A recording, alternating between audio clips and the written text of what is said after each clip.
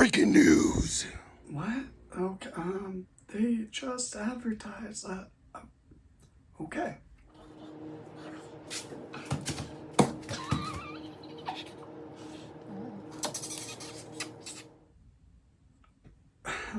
Okay. Hi, hey, oh, hello.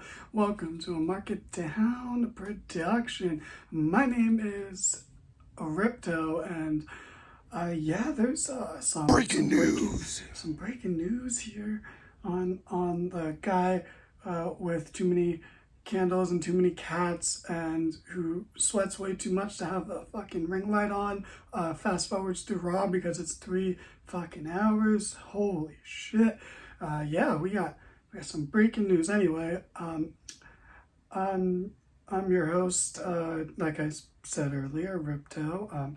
And here's some news. Apparently, Sasha Banks and Naomi walked out of Raw. There was supposed to be a six-pack challenge to determine the number one contenders for Bianca, featuring the Dewdrop and Nikki, almost a superhero team, and Becky Lynch and Asuka. And, besides Becky Lynch and Asuka, it's tough to make an argument that any one of those other people deserve that shot. I mean, Sasha and Naomi off of credentials alone, but as terms of why, I don't know. Apparently they didn't like the creative plans and they walked out. This story is still developing, so I might have some facts wrong. There might be more details I don't know about yet, but like I said, this is breaking news. So we really don't know what's going on yet, but we'll see how this affects the show. So the show is kicking off with some hard-hitting action. We're getting a steel cage match between Bobby Lashley and Omos. Yeah, whatever. But before that, they were running down the card for the show, which is where they mentioned the six-pack challenge with the women for the number one contenderships. This walkout had to have happened real late in the fucking day. And the announcers were standing in front of the cage, running down the card. And this was a lot different framing than WWE normally does. I think AEW did this when they had the cage match, where Omega was interrupted by Orange Cassidy or something, if I remember correctly. But it's unique. They're really fucking around with the staging and production, and fuck it, do it. The cage match was whatever. It was a cage match between two big, muscular men, and, it was okay. It was like two good spots. Cedric jumped Lashley before the match, so there was brawling before they got in the cage, and then he stopped Bobby from climbing out of the cage, and then Bobby just chucked him into the cage, which was nice. That was probably my highlight of the match, honestly. But yeah, then Omos just picked Lashley, threw him through the cage, and he's laying on the cage that's now knocked down, and he's slowly staggering to his feet, and Omos is just looking around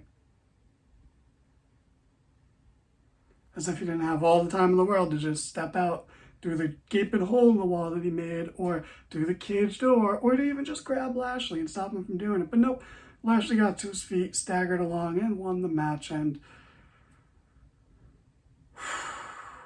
who cares? The only reason I really brought this up because it was a weird phrasing. The referee went over to the ring announcer, and the announcers were all like, "Oh, what's going on? Is this official? Did he win? This hasn't happened before." It happened, granted it was botched, but it happened with Lesnar Reigns.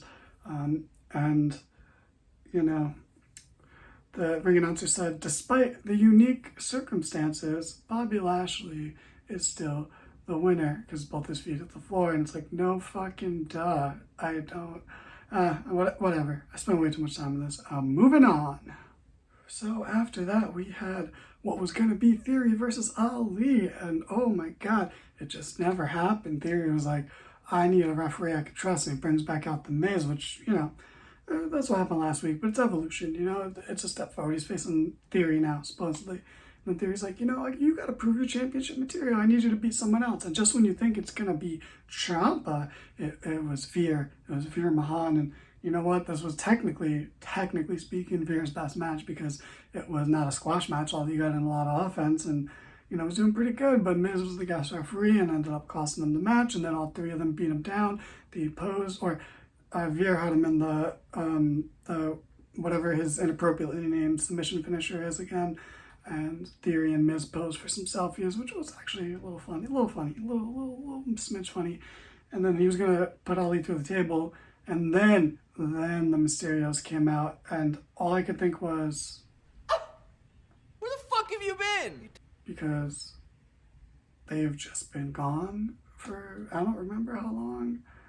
I guess selling the injury. I don't remember when they left. It feels like 2 months ago, even though it can't possibly be. But whatever. So Becky is backstage with Adam Pearce, and she's like, "Oh, I saw Sasha and Naomi leaving the building, so that means we can't have the six-pack challenge. Oh well." And she's like all out of breath, like she's just been around all over the place. Nice touch. And then Adam's like, "Yeah, you're fine. You'll just face Asuka in a one-on-one match, and that'll determine the number one contender." So fuck Dewdrop and Nikki? Is that the takeaway? Why are they out of the match? Also, what were these creative plans that taking Sasha and Naomi out of it has now made them decide to not have Nikki or Dewdrop? Why not just add Liv and Rhea? I mean, I get you want to protect Rhea, so, maybe. I don't understand. Like, what were these plans? Why did you leave Sasha and Naomi? But mainly Sasha. You know this was a Sasha thing, and Naomi was just like, yeah, okay, I'll go too. So then Matthew Riddle was having a one-on-one match with Jimmy Uso. What is this? A crossover episode? I know, right? He's on SmackDown. It's insane. Now he's here on Raw. And oh boy, there was so much action in this match. I mean, it was good. I just don't care that much. And Riddle won, which was very nice because he was by himself. Orton wasn't there. He left him hanging because he had family stuff.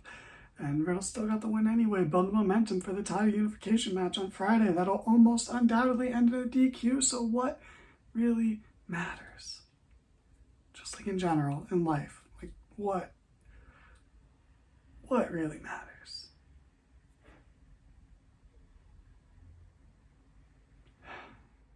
So then Purple Club had a backstage vignette.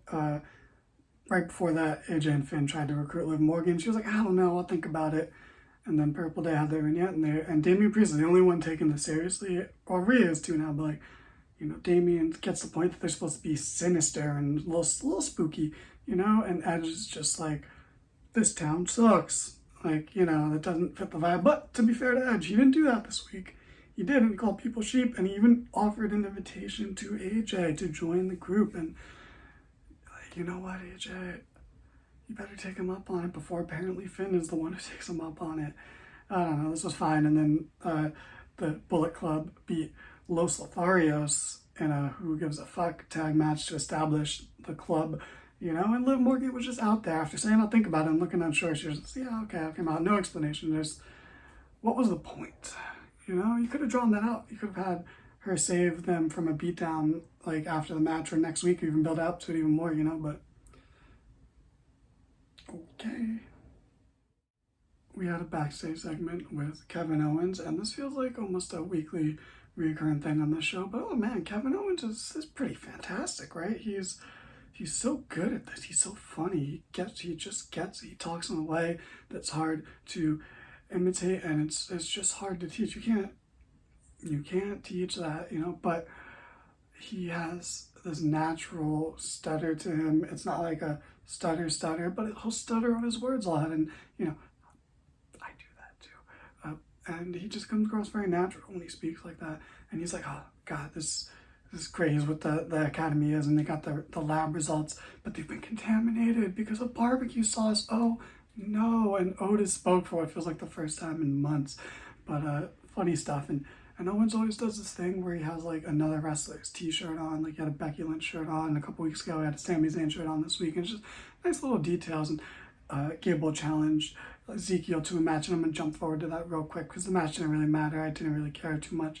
What I cared about was Kevin Owens on commentary, because every single time Jimmy Smith or Byron Saxton would be like, oh, Elias does this, or or Ezekiel hits this move, Ezekiel hits that move. Kevin Owens would do what I just did, call him Elias. Like, oh, Ezekiel from the top rope, Elias. Like, Ezekiel, Elias from the middle rope. Like, it was so good. And he called up, Byron slipped once and they call him Elias, and Kevin Owens jumped on that. He's so good at this. He's so good at this. But whatever. Ezekiel went with the roll up. Cool. Future of the company right there. Unbelievable stuff. Oh, it's great on commentary. Before that match, but after that backstage segment, it was Cody time. Every new beginning comes from some other beginnings. And oh man, and he knows who he wants to take him home. But he's going to have another match with Seth. It's going to be in Hell in a Cell. I don't care. Sorry. Breaking news. So here's some more news. So apparently Sasha and Naomi went into head of talent relations with their titles, with their briefcase pack, put them on the table and said they don't believe they're valued enough as champions. And they weren't comfortable with the match for the main event because they weren't comfortable with two of the women in the match. And you can only speculate. Becky and Sasha have had plenty of matches. Becky and Naomi have had a fair amount of matches. Nikki and Doudrop have only had a couple matches with them. But again, we don't know who. It's just speculation at this point. But either way, I don't think any of these people are unsafe workers. I don't understand that. And yeah, apparently they just walked out, and that's why the show is in such disarray, because there's a lot of video packages before the main event, which if it was the planned main event, I'm pretty sure would have had it would have been like a 22-minute match instead of like a 12-minute match. But because I'm sure Becky and Asuka were just trying to put a match together on the fly at the last second, that's what happened. And I just don't understand it, because I thought that all that Sasha wanted was to be a shot in the arm to this women's division. But any Hootie and the Blowfish, Becky did take on Asuka in a fun match. It could have been better. They've had better matches, but considering that this was supposed to be a six-pack challenge and not a singles match, not bad at all. And who knows what the outcome was going to be. I mean, I think regardless, Asuka was going to win, and she picks up the win here using the green mist because Becky was trying to cheat. So Asuka just beat her to the punch, missed her in the face, kicked her in the head, and pinned her, and that's cool. And you gotta imagine that, if this match goes according to plan, that Nikki is taking the pin 100%. So now, Sasha and Naomi's action has already immediately had an impact on everything. They make Becky take a pin. They take away the advertised, probably what would have been really fun main event. And they make everyone else have to pick up the slack for it. And, I'm all for fucking standing up to your employers and giving them an old, But this just feels so random, right? Like, I don't know. The more I find out about it, the more I'll understand. And, maybe I'll see things better from their perspective. But why is it always Sasha, I don't know. I'm just taking a shot in the dark here,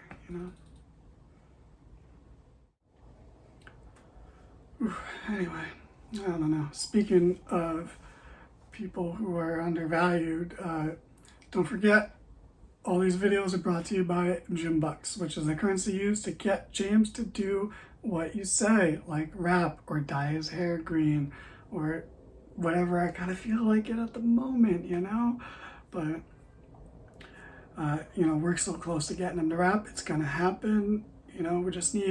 We need a little bit of a boost, a little booster shot, and then we're right there, we're getting close. We're so close, guys. Please make it happen. Anyway, go to bed, call your mom, tell her what's up, and why are you still here?